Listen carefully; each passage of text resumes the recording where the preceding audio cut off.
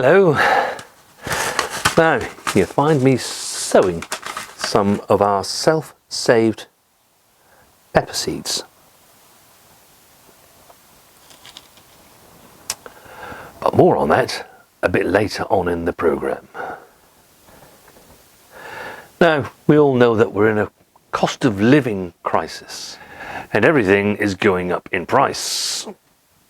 So in today's programme we want to give you our top tips to save you money veg gardening in 2023.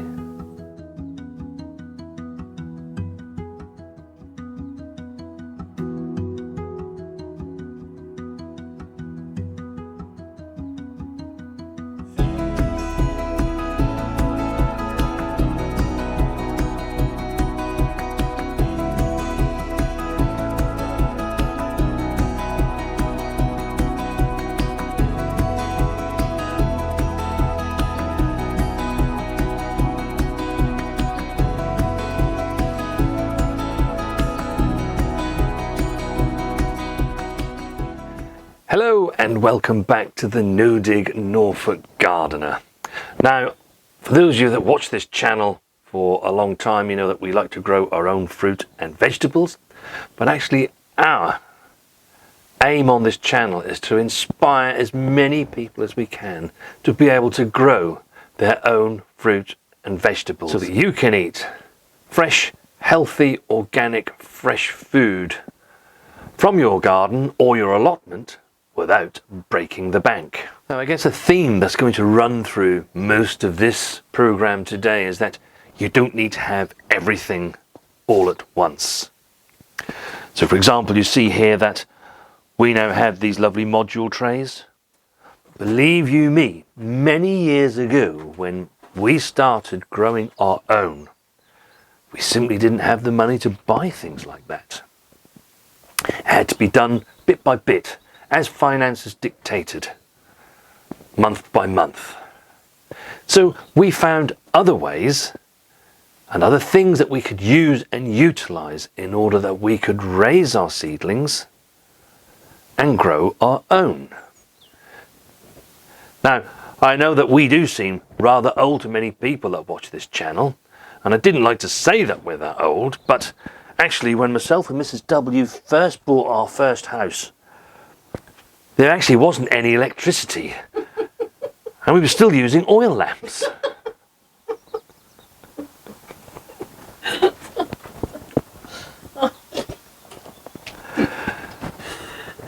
But in all seriousness, you know, there are things that you can utilize around your own home that you can use. Now, to give you a few examples, we've all seen the lovely half trays that you see lots of people use on YouTube. And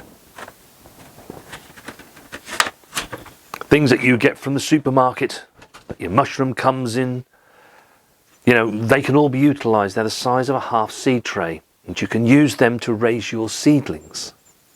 All you need to do is to put some drainage holes in the bottom so that the things don't get waterlogged, and you'll raise seedlings perfectly well like that. You saw me at the beginning of the video. This is actually the youngest daughter's pot noodle. Not anymore, it's got soil in it now. But once she'd finished with that, we saved it, and you can see we've just put some slits either side so that there's drainage in there again. And as you saw at the beginning of the video, I actually sowed our homemade pepper seeds into that. Just pop the label back in.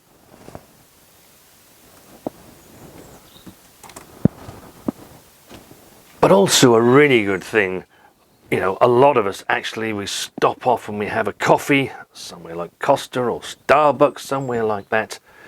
Instead of throwing that cup away after you've finished your coffee, keep it.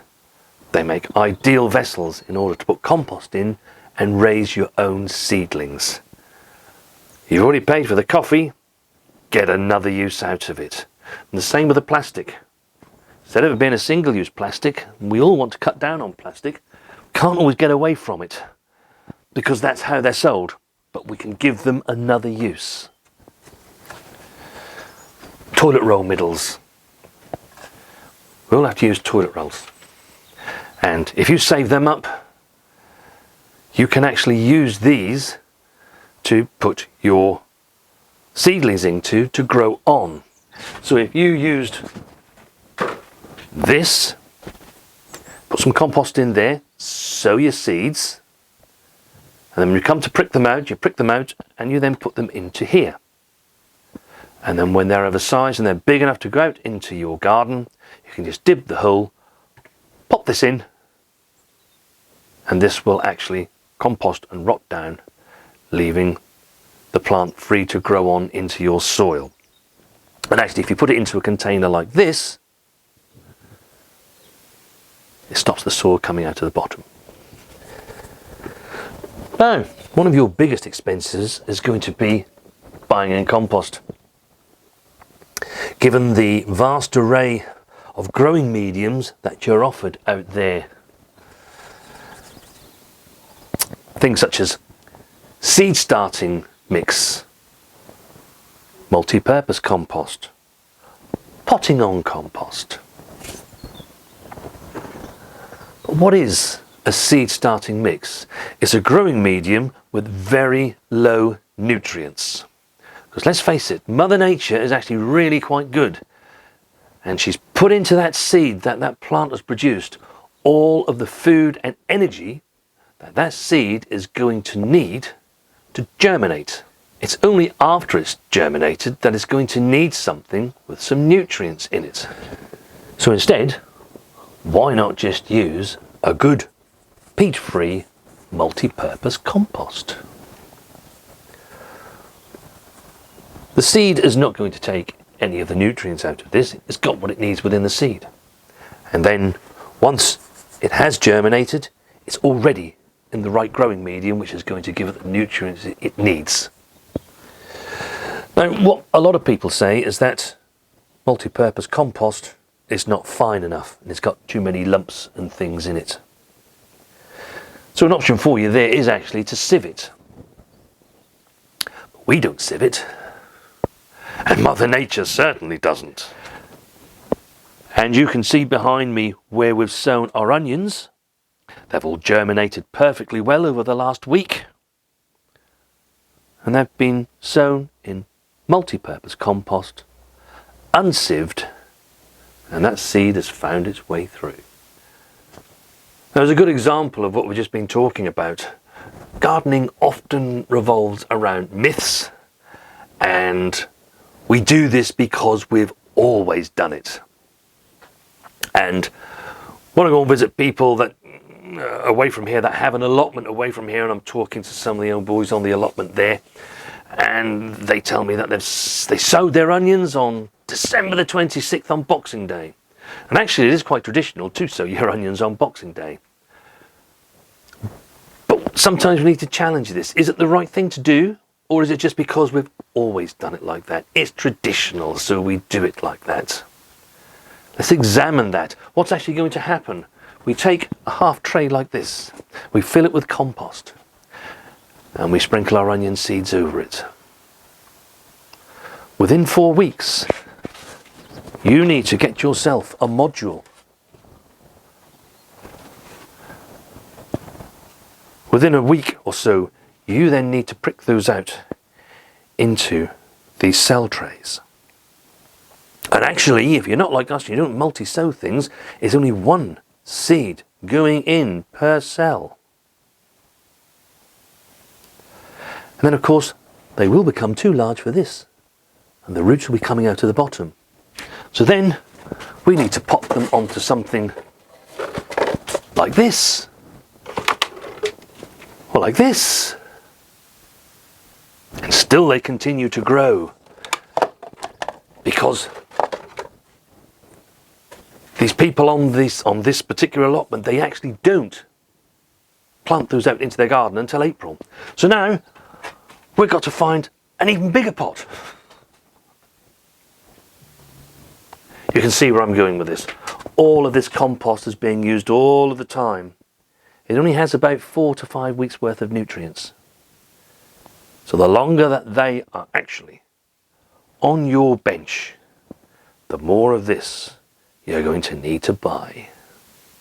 And really the only reason that I can think that you might want to sow your onions that early, for example, as we're talking about onions, is if you wanted to exhibit them.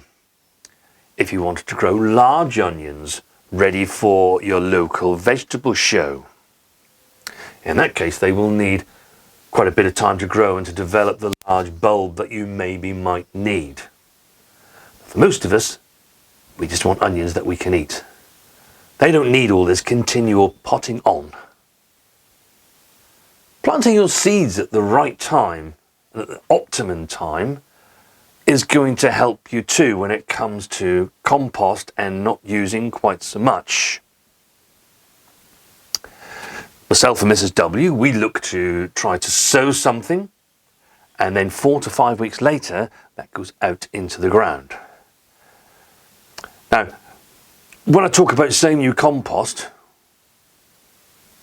we're talking about multiple pottings on, because there are obviously occasions when you will need to pot something on.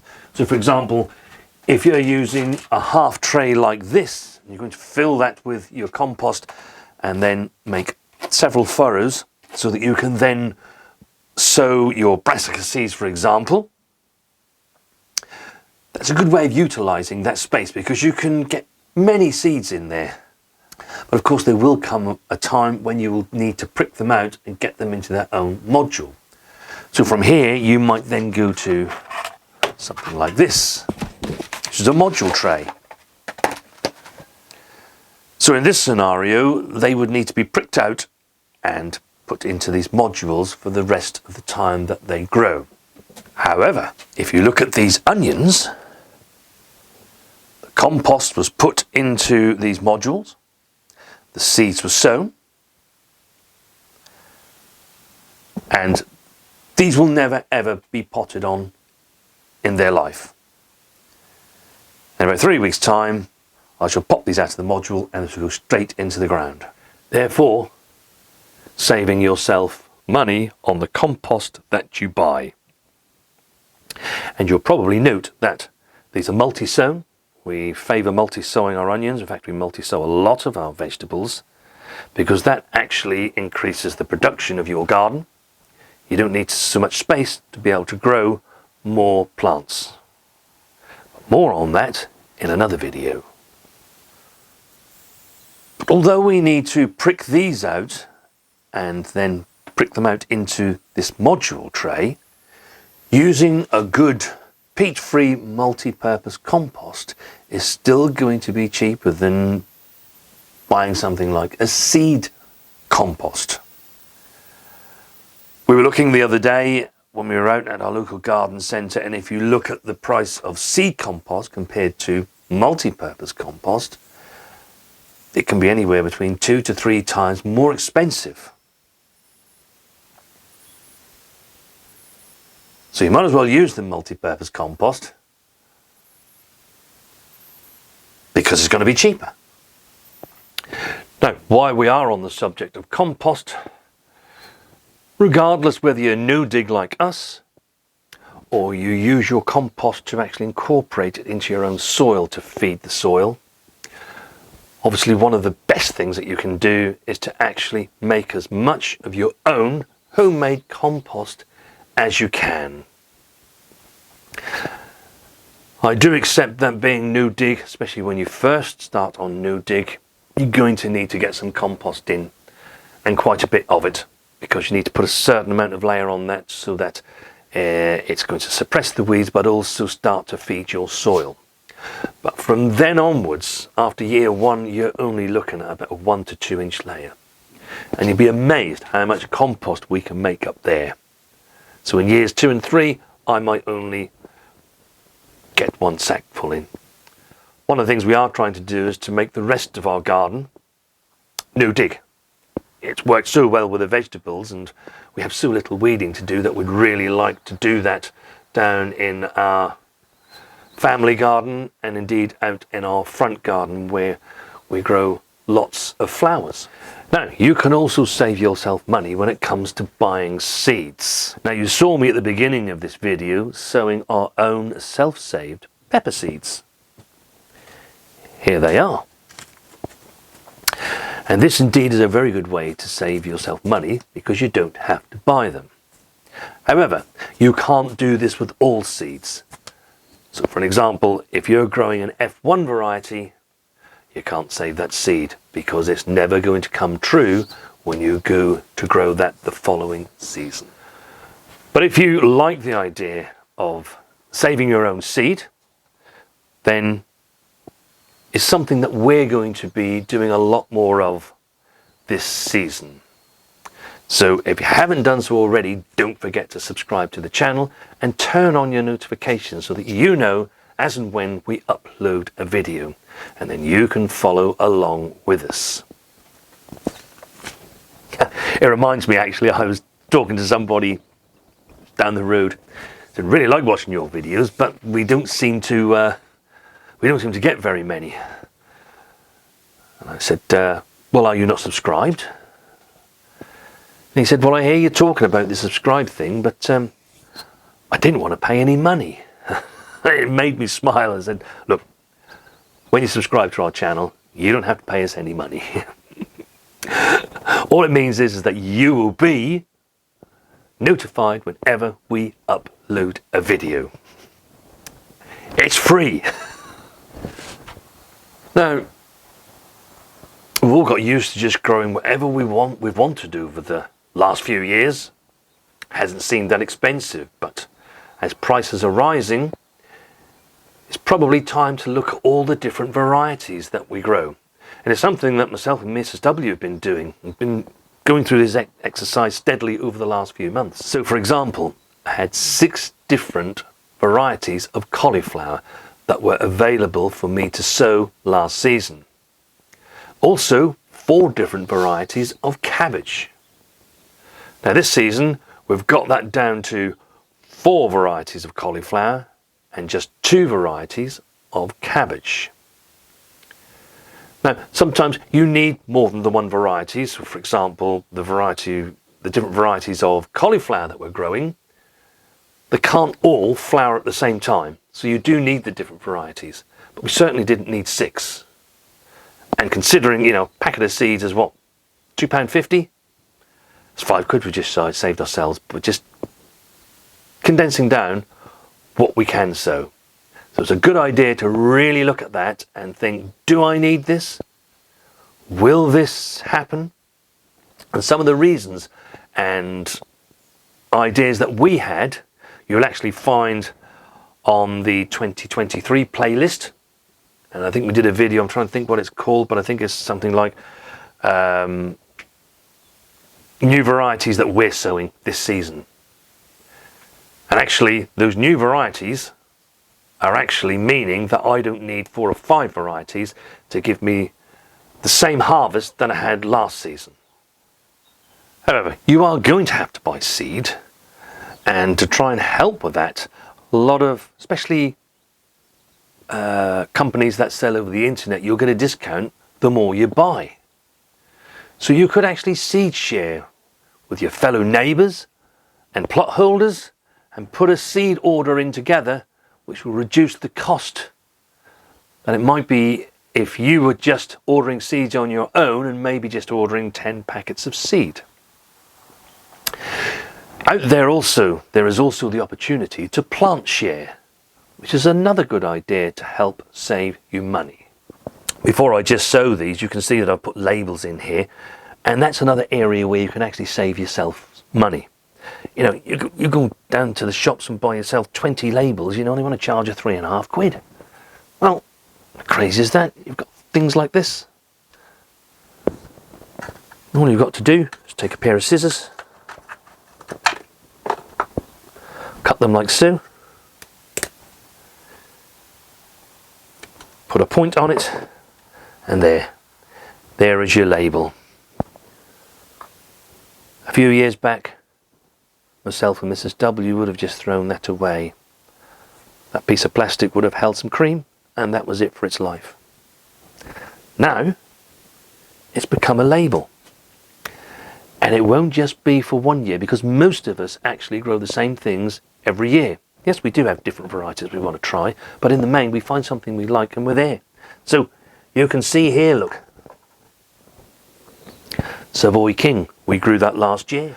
Aubergine Moneymaker, they were the labels we used last year. The writing's still on there because we use permanent markers on them.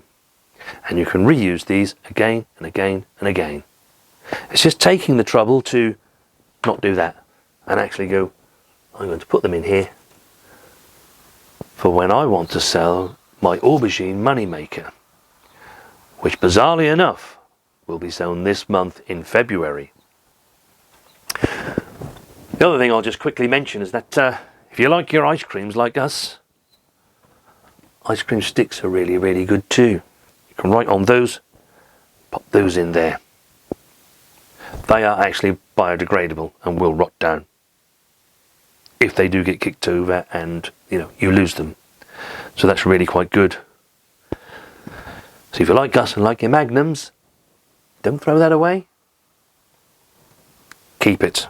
It'll make a really, really good plant label. Now, one other thing that I just want to talk about is water. And if you look behind me, you can see that the water butts are this towards the back of the greenhouse, and they actually are on a system. There's actually 1, 2, 3, 4. And they're all linked. We have water butts down on the shed at the bottom there, and we actually want to, once we just get things sorted up there, is to get some more on the shed that's at the top of the garden. Now, given we're all water metered, the majority of us are anyway, it's a good idea wherever you can to use water from the butts. It's better for your plants, and it's better for your wallet or purse. But also, if you're on an allotment and growing your vegetables, some allotments don't even have access to a tap. So it's going to become essential that you rig up some kind of a system that you can collect rainwater into. So there we are. They are our essential tips to help save you money growing your vegetables during 2023 and indeed beyond. We don't know how long the cost of living crisis is going to go on. Things still steadily seem to be getting more and more expensive. But one thing I do know is that no matter how expensive things get, I'll find ways of getting around it, because I'm not willing to compromise on the great food that we grow here, the freshness of it. It's organic. It's really, really good for us. I'm not willing to compromise on that. But if I break any of these, I know I can go to these.